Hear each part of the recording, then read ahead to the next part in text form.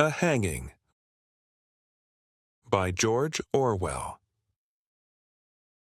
It was in Burma, a sodden morning of the rains. A sickly light, like yellow tinfoil, was slanting over the high walls into the jail yard. We were waiting outside the condemned cells, a row of sheds fronted with double bars like small animal cages. Each cell measured about 10 feet by 10 and was quite bare within except for a plank bed and a pot of drinking water. In some of them, brown, silent men were squatting at the inner bars, with their blankets draped round them. These were the condemned men, due to be hanged within the next week or two. One prisoner had been brought out of his cell. He was a Hindu, a puny wisp of a man, with a shaven head and vague liquid eyes. He had a thick, sprouting mustache, absurdly too big for his body, rather like the mustache of a comic man on the films. 6 tall Indian warders were guarding him and getting him ready for the gallows. 2 of them stood by with rifles and fixed bayonets, while the others handcuffed him, passed a chain through his handcuffs and fixed it to their belts and lashed his arms tight to his sides. They crowded very close about him, with their hands always on him in a careful, caressing grip, as though all the while feeling him to make sure he was there.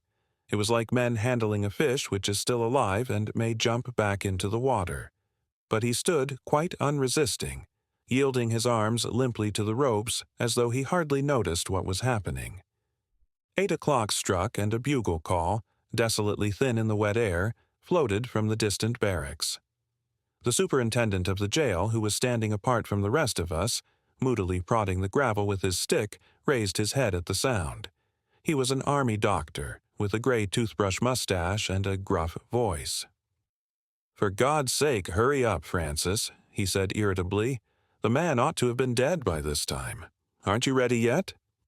Francis, the head jailer, a fat Dravidian in a white drill suit and gold spectacles, waved his black hand. Yes, sir, he bubbled. "All eyes satisfactorily prepared. The hangman is waiting. We shall proceed." "Well, quick march then. The prisoners can't get their breakfast till this job's over." We set out for the gallows. 2 warders marched on either side of the prisoner, with their rifles at the slope. 2 others marched close against him, gripping him by arm and shoulder, as though at once pushing and supporting him. The rest of us, magistrates and the like, followed behind. Suddenly, when we had gone 10 yards, the procession stopped short without any order or warning. A dreadful thing had happened. A dog, come goodness knows whence, had appeared in the yard.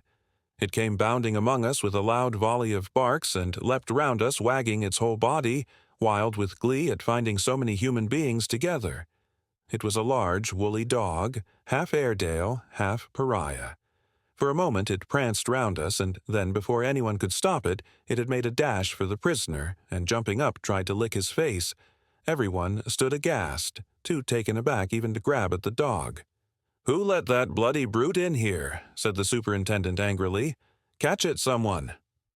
A warder, detached from the escort, charged clumsily after the dog, but it danced and gamboled just out of his reach, taking everything as part of the game. A young Eurasian jailer picked up a handful of gravel and tried to stone the dog away, but it dodged the stones and came after us again. Its yaps echoed from the jail wails. The prisoner, in the grasp of the 2 warders, looked on incuriously, as though this was another formality of the hanging. It was several minutes before someone managed to catch the dog.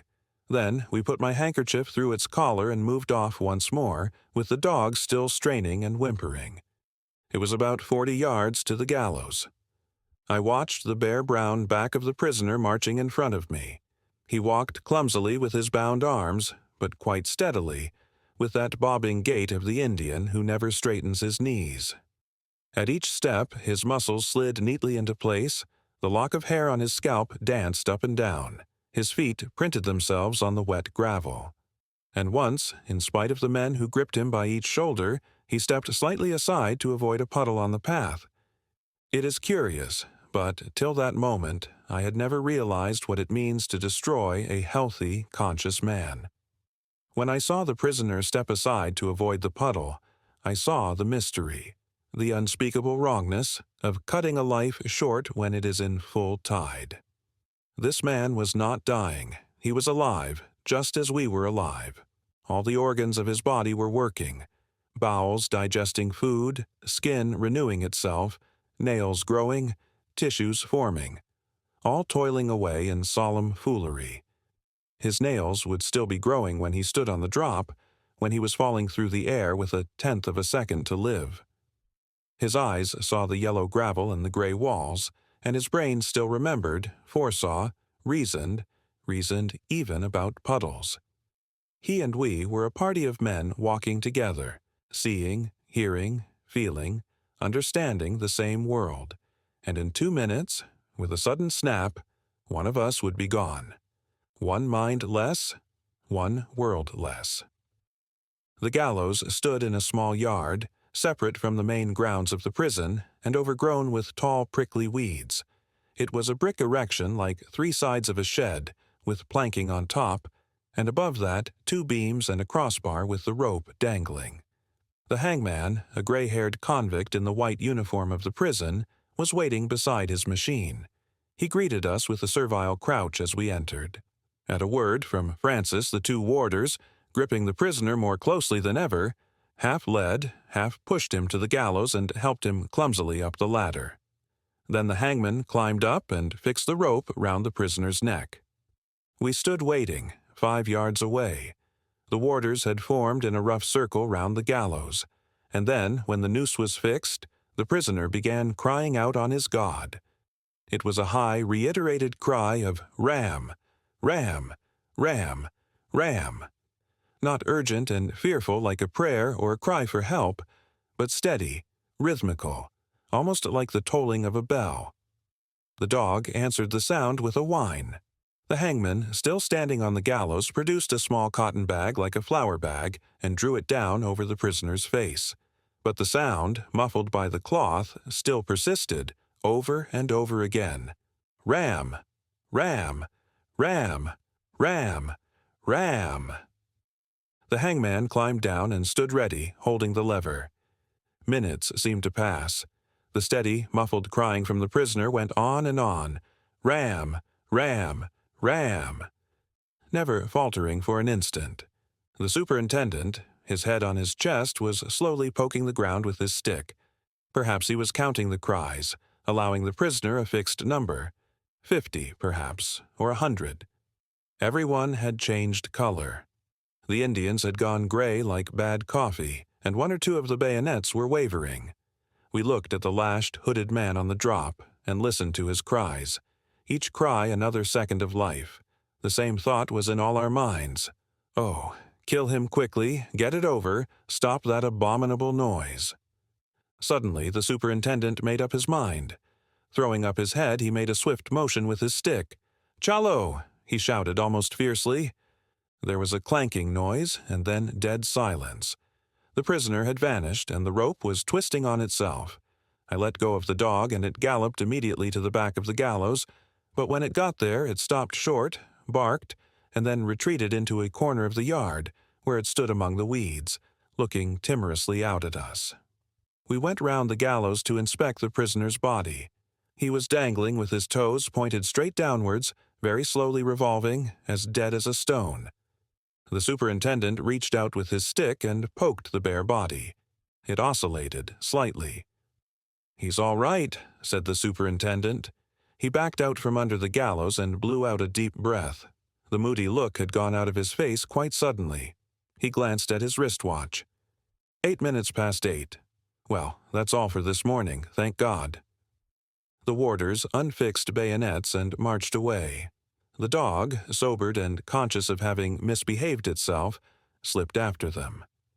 We walked out of the gallows yard, past the condemned cells with their waiting prisoners, into the big central yard of the prison.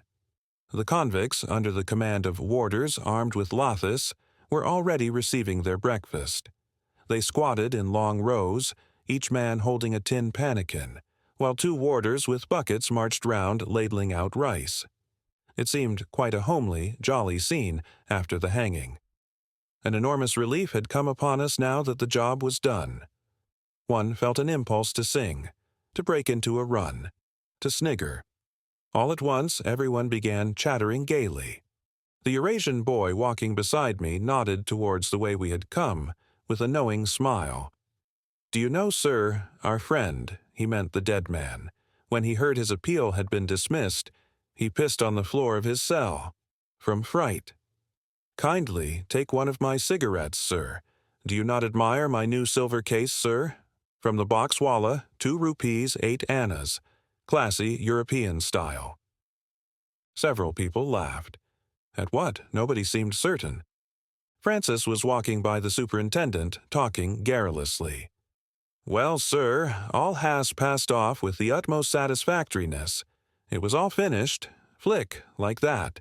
It is not always so. Oh, no. I have known cases where the doctor was obliged to go beneath the gallows and pull the prisoner's legs to ensure decease. Most disagreeable." "Wriggling about, eh? That's bad," said the superintendent. "Ah, sir, it is worse when they become refractory. One man, I recall, clung to the bars of his cage when we went to take him out. You will scarcely credit, sir, that it took 6 warders to dislodge him, 3 pulling at each leg. We reasoned with him. 'My dear fellow,' we said, 'think of all the pain and trouble you are causing to us.' But no, he would not listen. Ah, he was very troublesome. I found that I was laughing quite loudly. Everyone was laughing. Even the superintendent grinned in a tolerant way. 'You'd better all come out and have a drink,' he said quite genially. 'I've got a bottle of whiskey in the car. We could do with it.' We went through the big double gates of the prison into the road. 'Pulling at his legs,' exclaimed a Burmese magistrate suddenly, and burst into a loud chuckling. We all began laughing again. At that moment, Francis's anecdote seemed extraordinarily funny. We all had a drink together, native and European alike, quite amicably. The dead man was 100 yards away.